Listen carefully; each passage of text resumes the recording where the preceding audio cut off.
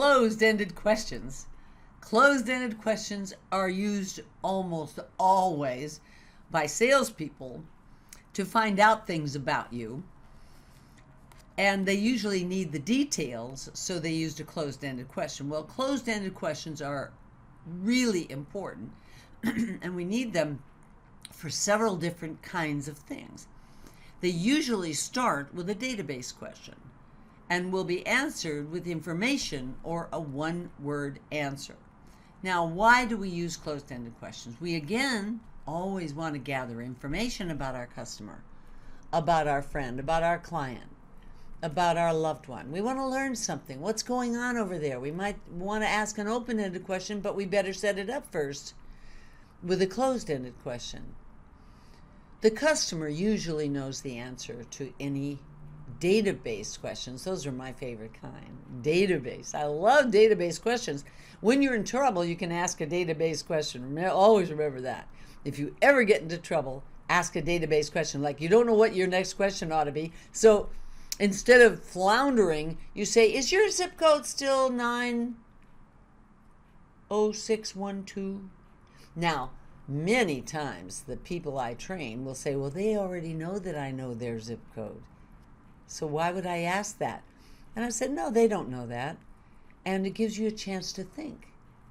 But open-ended questions open the doors to a conversation, but closed-ended questions can set up the willingness for the customer to answer an open-ended question. That's how I would do it. I would always ask a closed-ended question, at least two of them, before an open-ended. When I started out in real estate, I used to say a closed-ended question. I always ask for permission. Now, I haven't even gotten into that, but I always got permission to talk to people. I always thought that that was smart. And sometimes people would say to me, well, they can say, no, they don't have time to talk to you. And I said, that's great, because I want their attention on my intention. I want to sell their house, so therefore I want their attention. So I don't want them to just stay on the phone with a how are you, when in fact I don't really have their attention.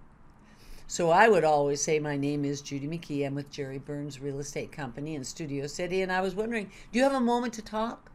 Now they could say yes or no. Would you have a moment to talk would soften it. Or maybe I set it up better with something like, I noticed your house was in the Los Angeles Times on Sunday. Did you have an open house that worked for you? Did you have a lot of people come to the open house? Something that they could say, yes, I did. Or no, not too many people. Or, but they could say anything they want. Do you have a minute to talk? That's a wonderful question. I love it because I always want to get permission. So I want to ask a closed-ended question like, do you have a minute to talk? That's closed. That's easy. They can say yes or no. But I want to set it up first. We usually handle houses south of the boulevard, and I noticed the address that you had for your open house was south of the boulevard. Do you have a minute? Bingo! They know I care about them. They feel safe. When I started my training company, I used to do the same thing. I used to say to the customer or client, they were clients, and I would call their offices, and I would say, may I please speak to so-and-so, or is so-and-so available?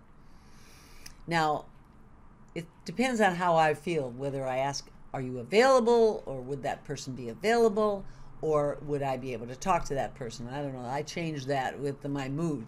What do I feel like? And so I would say, my name is Judy McKee. I'm with McKee Consulting. We train call centers all over the USA. May I please speak to Mr. Big? She may say, well, what's the purpose of the call? Then I would say, oh, thank you for asking. I wanted to introduce him to some of our training programs that we have. How many agents do you have there that are on the phones?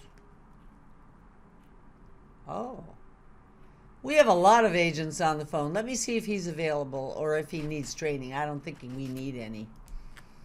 I'm already thinking to myself, you need some. But of course I don't say that. So remember, closed is what exact time did it happen? That's a closed-ended question. May I speak to Mr. So-and-so? Closed-ended question. Do you have a minute? That's a closed-ended question. The purpose of my call is blank, blank, blank.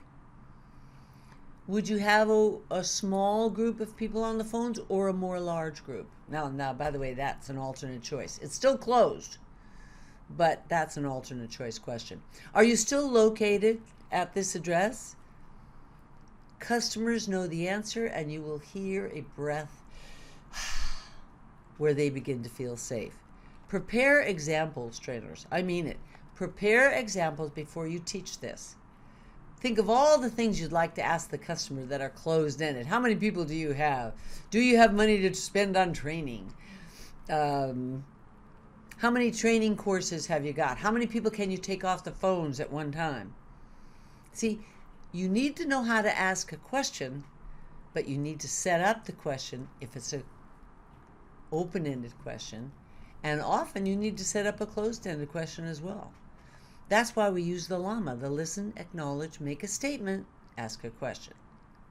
All right, so closed-ended question, easy answer, 1 or 2 word response. The customer usually knows the answer. They feel safe with 1 word. Just remember this, though. If you use a closed-ended question, you are going to be back in the conversation very, very quickly because they are not going to talk for a long time. All right? Closed-ended questions usually gather information. Closed-ended questions are smart to use, but you need to set them up. All right? So that's the end of closed-ended. So we have covered 2 things so far. Open-ended questions are opening a conversation, and you want your customer, client, or other person to feel safe to respond. Closed-ended questions are easy to answer, data-based questions. Usually we record 1 or 2 answers. Where are you going out? What are you doing? Nothing. Without a setup, you can see how that's a question you don't want. You know, it's interesting. I'll tell you a little story quickly before I close. Sally was doing a training with a group of coaches from, I believe it was Aetna or somewhere like that. And on the end of the first day of training, after she had taught the LAMA technique and also how to open a conversation, close a conversation in a coaching environment, one of the coaches came up to her on the break and said, I wish I knew how to use that with my daughter. She's a basketball player. She plays basketball in high school. She's a very, very good player, but the team doesn't really win very often. She's a good shot, but the team doesn't win very often. And when she comes home from a game, I always say, how'd it go today, honey? And she says, not so good, and walks away and goes to her room. And Sally says, well, maybe you need a question that'll start a conversation instead of that old question that you've asked her over and over again. If she's not happy with the game, I can see why she walked away. And the mother said, well, I would like to sit down and have a talk with her, but she won't talk to me. She just slams the door on her way into the bedroom. So Sally said, well, let's think about this for a minute. What's happened? She went to play basketball.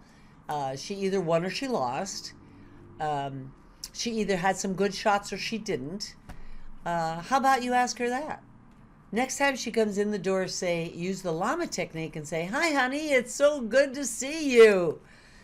It's kind of late. The game must have gone on for a long time. Did you get any 3-pointers today? And the woman said, well, that would be great. And Sally says, well, there's the LAMA technique. We set up the question. It's a closed-ended question, but it's one that acknowledges her. If she did good, she wants to talk about it. So the mother went home, tried that wrote it all out, scripted it, practiced it a little, and then asked her question of her daughter when she came in. And the daughter turned around and said, yes, I had three 3-pointers in the game, but we still didn't win. And her mom says, oh, that's so sad, but I know you're at least proud of yourself, and I'm proud of you. Look, I've got some cookies and milk over here. Why don't you come over and talk to me, okay? And the daughter walked right in and had a 15-minute conversation. The next day, when this coach went into the training room, she looked at Sally, got Sally aside, and said, Sally, I'm crying because I now know how to talk to my daughter. Now that's what good it does you to know the LAMA and to use open-ended and closed-ended questions. Hey, so far so good. All right, we're going to move on to alternate choice.